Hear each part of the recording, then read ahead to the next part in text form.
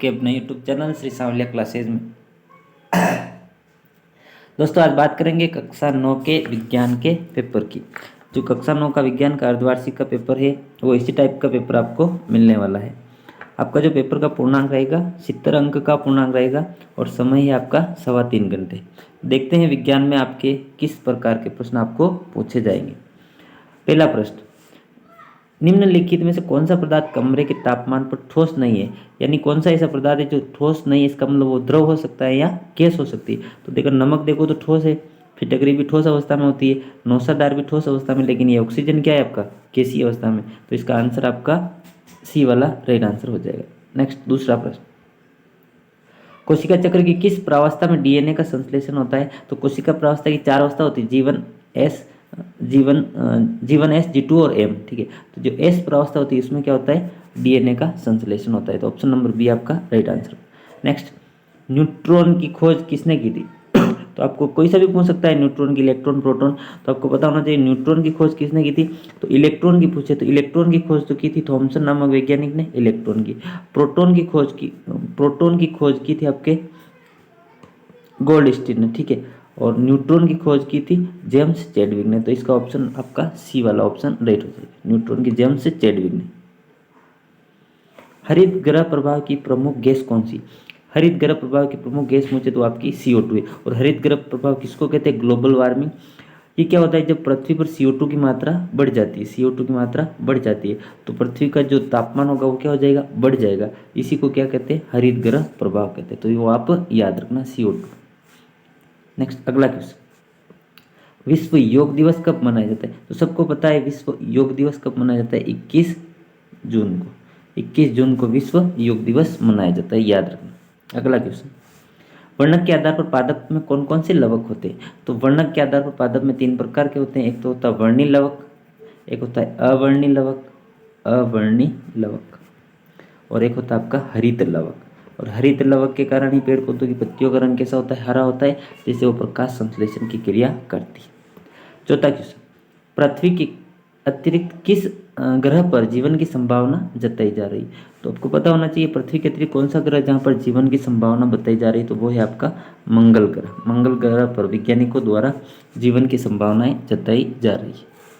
अगला क्वेश्चन है, निम्न को परिभाषित करो। विस्थापन किसको कहते हैं। विस्थापन की परिभाषा लिखनी है। विस्थापन क्या होता है, किसी वस्तु के प्रारंभिक बिंदु और अंतिम बिंदु के मध्य की दूरी क्या कहलाती है, विस्थापन कहलाता है। और मैंने आपको बताया था किसी वस्तु की का विस्थापन शून्य हो सकता है लेकिन उसकी दूरी कभी भी शून्य नहीं होती। तो प्रारंभिक बिंदु और अंतिम बिंदु के मध्य की दूरी क्या है, विस्थापन है। वेग की परिभाषा लिखते हैं आपको, निश्चित दिशा में तय की गई दूरी क्या कहलाती है, वेग कहलाती है। निश्चित दिशा में तय की गई दूरी ही क्या कहलाती है, वे वेग कहलाती है। और वेग का मात्रक पूछे तो वेग का मात्रक क्या होता है, मीटर प्रति सेकंड होता है, ms मीटर प्रति सेकंड। अगला क्वेश्चन, समुद्र में उत्पन्न ज्वार भाटे का प्रमुख कारण क्या है। समुद्र में जो ज्वार भाटा उत्पन्न होता है वो किसके कारण होता है, चंद्रमा के कारण। किसके कारण, चंद्रमा के कारण जो समुद्र का पानी उतार और उसका चढ़ाव होता है उसी को क्या कहते हैं अपन, ज्वार भाटा कहते हैं। अगला क्वेश्चन है आपका 7वां क्वेश्चन, भौतिक परिवर्तन क्या होता है। एक उदाहरण देना। भौतिक परिवर्तन क्या है, यदि किसी वस्तु के आकार, अमाप, रंग आदि में परिवर्तन हो जाता है लेकिन नया पदार्थ नहीं बनता है, उसको क्या कहते हैं अपन, भौतिक परिवर्तन कहते हैं।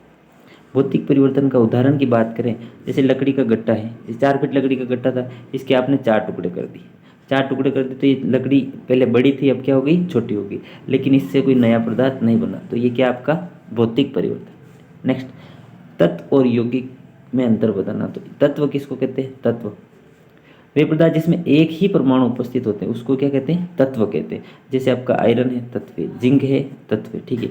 और यौगिक किसको कहते हैं, जिसमें 2 या 2 से अधिक परमाणु, 2 या 2 से अधिक परमाणु निश्चित अनुपात में मिलकर बनने हो उसको कहते हैं यौगिक। जैसे अपन बात करें जल की, तो जल का सूत्र क्या होता है, H2O। तो H2O एक यौगिक का उदाहरण, किसका उदाहरण है, यौगिक। निश्चित अनुपात में हाइड्रोजन के 2 अणु और ऑक्सीजन का 1 अणु मिलेगा तभी क्या बनेगा, जल बनेगा, बाकी नहीं बनेगा। तो ये निश्चित अनुपात में, तो ये आपका यौगिक हो जाएगा। ठीक है। अगला क्वेश्चन, 9वां क्वेश्चन, अर्धसूत्रीय विभाजन को न्यूनकारी विभाजन क्यों कहते हैं? क्योंकि अर्धसूत्रीय विभाजन होता है वो निम्नतम जीवों में होता है, इसलिए इसको क्या कहते हैं? न्यूनकारी विभाजन कहते हैं। सिंगाड़ा में स्वांगीकरण की जड़ का क्या करे? जो सिंगाड़ा होता है उसमें जड़ होती है स्वांगीकरण की, तो वो क्या करती है?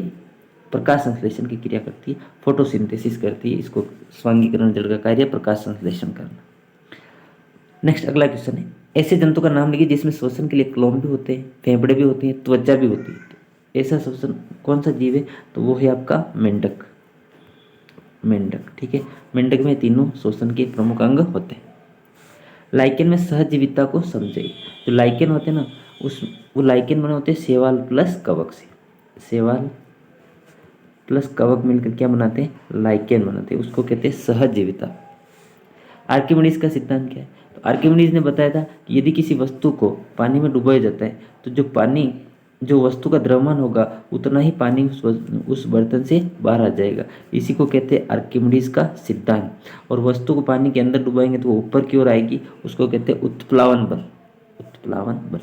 मुक्त पतन से क्या अभिप्राय है? यदि किसी वस्तु को पृथ्वी से ऊपर की ओर फेंका जाए, यदि वो 11.2 किलोमीटर प्रति सेकंड के वेग से अधिक वेग से जाएगी तो वो पृथ्वी पर वापस लौटकर नहीं आएगी, उसको कहते हैं अपन मुक्त पतन कहते हैं। जैसे विभिन्न प्रकार के जो उपग्रह भेजे जाते हैं वो पृथ्वी से मुक्त पतन हो जाते हैं, वो और ऊपर की ओर पृथ्वी के चारों ओर चक्कर लगाते हैं। नेक्स्ट, केंद्रक की संरचना व कार्य बताओ। केंद्र क्या होता है? केंद्रक होता है जो कोशिका होती है उसके मध्य में जो गोलाकार संरचना होती है उसको कहते हैं केंद्रक कहते हैं। केंद्र के अंदर केंद्रिका होती है, डीएनए होता है, आरएनए होता है। केंद्र क्या करता है? सभी क्रियाओं का क्या करता है? नियंत्रण करता है। तो ये केंद्रक होता है। इसकी संरचना, इसका डायग्राम आप व्यवस्थित बना लें।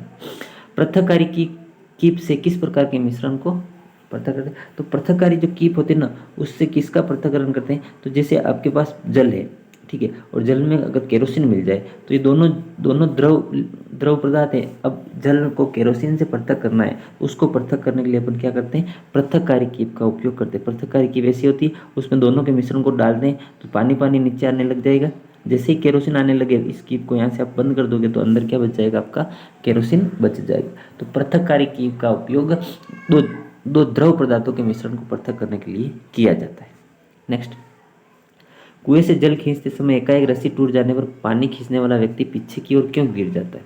क्योंकि जब कुएं से बाल्टी पानी की खींच रहे हैं, ठीक है, ये कोई व्यक्ति खड़ा है, ये इस बाल्टी को खींच रहा है, अचानक रस्सी टूट जाए तो ये व्यक्ति क्या था? पहले इसको खींच रहा था तो ये बल लगा रहा था, पीछे की ओर लगा रहा था, उस समय संतुलित अवस्था में था, ठीक है, स्थिर था। अचानक ये टूट गई रस्सी तो ये व्यक्ति क्या हो जाएगा? गतिशील हो जाएगा। गतिशील होने के कारण पीछे की ओर गिर जाएगा। तो इसमें अपने न्यूटन की गति का पहला नियम लगता है, गतिशील अवस्था में न्यूटन की गति का प्रथम नियम, ठीक है। नेक्स्ट, एक समान गति किसको कहते हैं? एक समान गति, यानी यदि कोई वस्तु समान समय में समान दूरी तय करे उसको क्या कहते हैं? एक समान गति कहते हैं। यदि कोई कार है 1 मिनट में 2 किलोमीटर चली, 2 मिनट में 4 किलोमीटर चली, तो इसमें समान मिनट में समान दूरी तय कर रही, उसको कहते हैं अपन एक समान गति कहते हैं। अगला क्वेश्चन, संवेग संरक्षण का नियम क्या है? संवेग संरक्षण P बराबर mv संवेग को कहते हैं। यानी यदि दो वस्तुओं को आपस में टकराया जाए तो टक्कर के पहले का कुल संवेग और टक्कर के बाद का कुल संवेग का मान क्या होता है?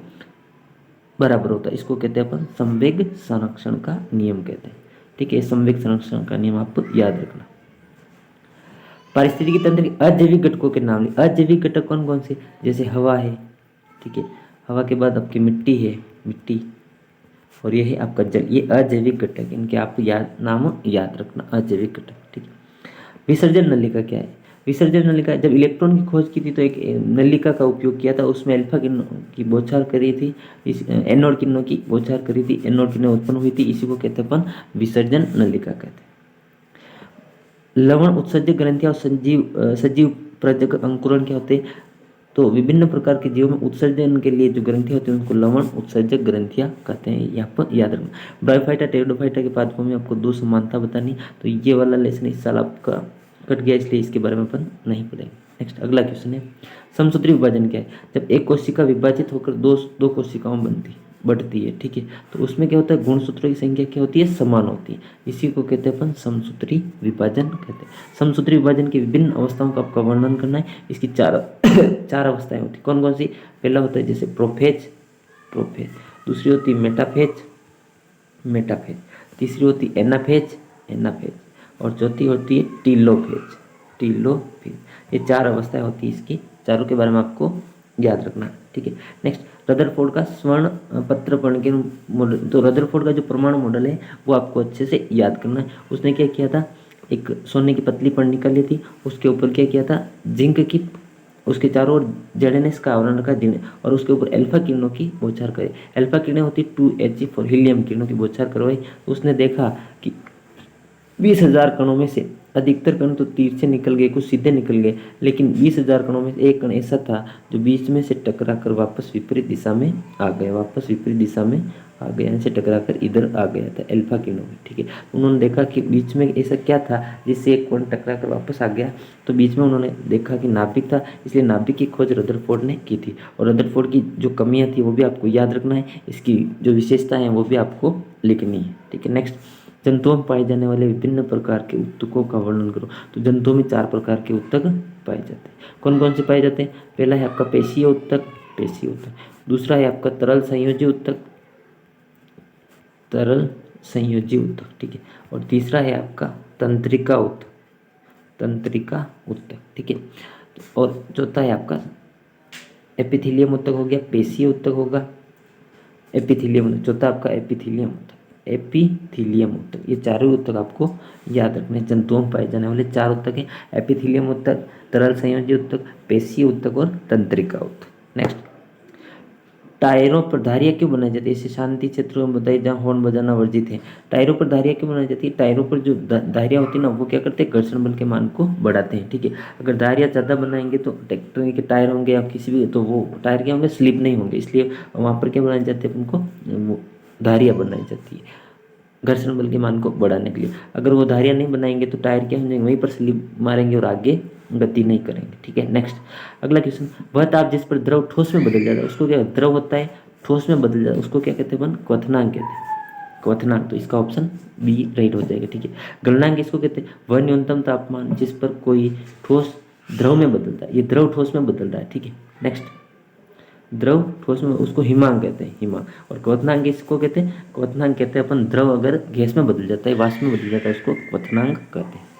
हाइड्रोजन के समस्थानिक ड्यूटेरियम में न्यूट्रॉन की संख्या क्या है? तो ड्यूटेरियम की संख्या सूत्र होता है 1s2, तो 2 में से 1 जाएगा तो 1, तो इसमें जो न्यूट्रॉन की संख्या आ जाएगी क्या आ जाएगी, 1 आ जाएगी। आपको पता होना चाहिए समस्थानिक क्या होते हैं, जिनमें परमाणु क्रमांक तो समान हो लेकिन द्रव्यमान संख्या क्या हो, भिन्न भिन्न हो, उसको कहते हैं समस्थानिक।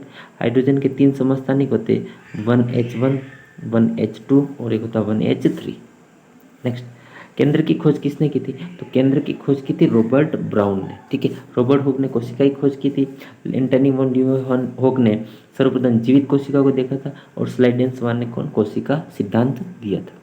निम्न में से कौन सी वायु प्रदूषक नहीं है? इसमें से कौन सी वायु प्रदूषक नहीं है? तो ये सभी गैसें वायु प्रदूषक है, लेकिन जो CO2 है वो वायु के लिए प्रदूषक गैस नहीं है, केवल ग्लोबल वार्मिंग की मुख्य गैस होती है, ठीक है। अगला, शरीर के लिए आवश्यक विटामिन के नाम बताओ। तो शरीर के लिए विटामिन कौन कौन से है? जैसे विटामिन ए है, विटामिन बी है, विटामिन सी है और विटामिन डी। कोशिका में राइबोसोम का नाम कार्य क्या है? राइबोसोम क्या करता है? प्रोटीन संश्लेषण का कार्य करता है। क्या करता है? प्रोटीन संश्लेषण, ठीक है। नेक्स्ट प्रथम भारतीय उपग्रह का नाम बताओ। तो प्रथम जो भारतीय उपग्रह था वो था अपना आर्यभट्ट। क्या था? आर्यभट्ट, आर्यभट्ट था प्रथम भारतीय उपग्रह। निम्न को परिभाषित करना, त्वरण क्या किसको कहते हैं? त्वरण कहते हैं वेग में परिवर्तन की दर को, वेग में परिवर्तन की दर को क्या कहते हैं? परिवर्तन की दर को त्वरण कहते हैं, ठीक है। और त्वरण का मात्रा क्या होता है? मीटर प्रति सेकंड स्क्वायर होता है, ये आप याद रखना।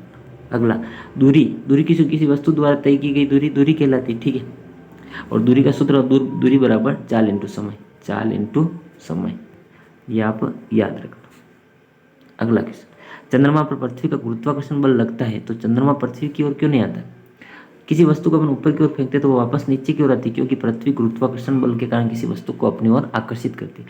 लेकिन जो चंद्रमा है वो पृथ्वी से अत्यधिक दूरी पर है ना, और चंद्रमा का आकार पृथ्वी की तुलना में छोटा होने के कारण चंद्रमा को पृथ्वी अपनी ओर आकर्षित नहीं कर पाती। रासायनिक परिवर्तन क्या होता है? रासायनिक परिवर्तन जब किसी पदार्थ, वे परिवर्तन जिसमें पदार्थ के विभिन्न गुणों में परिवर्तन होता है, रासायनिक गुणों में, तथा नया पदार्थ बनता है, उसको क्या कहते हैं? रासायनिक परिवर्तन कहते हैं। जैसे कागज का जलना, कागज का कागज का जलना रासायनिक परिवर्तन, कागज को जलाओगे तो राख बन जाएगी। भोजन का पाचन रासायनिक परिवर्तन है। दूध का दही में बदलना रासायनिक परिवर्तन। नेक्स्ट, मिश्रण क्या होता है? एक उदाहरण दीजिए। दो या दो से अधिक पदार्थों को अनिश्चित अनुपात में मिलाया जाए उसको क्या कहते हैं? मिश्रण कहते हैं। जैसे नमक प्लस शक्कर मिला दिया तो मिश्रण बन जाएगा। ठीक, नेक्स्ट, जंतु व पादप कोशिका में 4 अंतर बताने। तो जंतु और पादप कोशिका में 4 अंतर आपको बताने। एक तरफ लिखना जंतु कोशिका, एक तरफ लिखना पादप कोशिका। जंतु कोशिका में क्या होता है? क्लोरोफिल अनुपस्थित होता है। पादप कोशिका में क्या होता है? क्लोरोफिल उपस्थित होता है। जंतु कोशिका में तारकाय उपस्थित होता है, पादप कोशिका में तारकाय अनुपस्थित होता है। जंतु कोशिका प्रकाश संश्लेषण क्रिया नहीं करती है, पादप कोशिका प्रकाश संश्लेषण की क्रिया करती है। जंतु कोशिका में केंद्रक होता है, वो मध्य में स्थित होता है, जबकि पादप कोशिका में केंद्रक थोड़ा परिधि की ओर स्थित होता है। तो इस प्रकार आपको ये 4 ही अंतर आपको लिखने, पादप कोशिका और जंतु कोशिका। नेक्स्ट, पृष्ठवंशी और अपृष्ठवंशी में अंतर बताना। पृष्ठवंशी यानी कोर्डेटा, अपृष्ठवंशी नॉन कोर्डेटा। एक तरफ लिखना आपको कोर्डेटा, एक तरफ लिखना नॉन कोर्डेटा। पृष्ठवंशी जिसमें नोटोकार्ड उपस्थित होती है, अपृष्ठवंशी नोटोकार्ड अनुपस्थित होती है, यानी इनमें रीढ़ की हड्डी होती है और इनमें रीढ़ की हड्डी नहीं होती। ये आपको याद रखना। नेक्स्ट, नभचर जंतुओं के अनुकूलन क्या है? नभचर किसको कहते हैं? यानी वे जंतु जो आकाश में आसानी से उड़ सकते हैं उनको क्या कहते हैं? नभचर कहते हैं। सारे पक्षी नभचर होते हैं। इनकी विशेषता क्या है? तो इनके जो हड्डियाँ होती है वो खोखली होती है और इनमें क्या भरी होती है? वायु भरी होती है, वायु भरी होती है। ठीक है, नेक्स्ट, एक बीजपत्र व द्विबीजपत्री पादप किसको कहते हैं? यानी वे पादप जिनमें केवल एक बीजपत्र हो, एक बीजपत्र, उनको एक बीजपत्री पादप कहते हैं। जैसे आपका गेहूँ है, सरसों, सॉरी, गेहूँ और मक्का, ये तो एक बीजपत्री, और द्विबीजपत्री में आ जाएगा आपका सरसों आपका द्विबीजपत्री पादप होता है। नेक्स्ट, लोहे का चांद पानी में तैरता है लेकिन लोहे की चद्दर पानी में डूब जाती है। क्यों? क्योंकि जो लोहे का चांद होता है उसका तली जो होता है ना वो अत्यधिक चौड़ा होता है, ये उसका उत्प्लावन बल का मान क्या हो जाता है? अधिक हो जाता है। जबकि लोहे की चद्दर का उत्प्लावन बल का मान कम होता है, इसलिए चद्दर आसानी से डूब जाएगी लेकिन पानी का जहाज होगा वो आसानी से तैरेगा। माइटोकॉन्ड्रिया की संरचना में कार्य आपको बताने। माइटोकॉन्ड्रिया को क्या कहते हैं? कोशिका का शक्तिग्रह कहते हैं, क्योंकि वो एडीपी को एटीपी में बदलता है। तो कोशिका का पावर हाउस पूछे तो आपको माइटोकॉन्ड्रिया बताना है। एक अंतरिक्ष यात्री को भारहीनता के कारण क्या क्या कठिनाई होती है? अंतरिक्ष यात्री में भारहीनता के कारण वो ना तो साथ में पानी ले जाएगा, वो पी नहीं पाएगा। ठीक है, क्योंकि वहाँ पर कोई वातावरण नहीं है, इसलिए जो बोतल का पानी होगा वो बाहर नहीं आएगा। तो वो भारहीनता के कारण उसको विभिन्न समस्या का सामना करना पड़ता है। गैसों के द्रवीकरण पर दाब का क्या प्रभाव पड़ता है? जब गैस का द्रवीकरण किया जाता है तो उसको दाब लगाते हैं तो द्रवीकरण की क्रिया क्या हो जाती है? बढ़ जाती है। अत्यधिक दाब पर गैस को द्रव में बदला जा सकता है। चलती हुई गाड़ी से अचानक उतरने में यात्री आगे गिर जाता है। क्यों?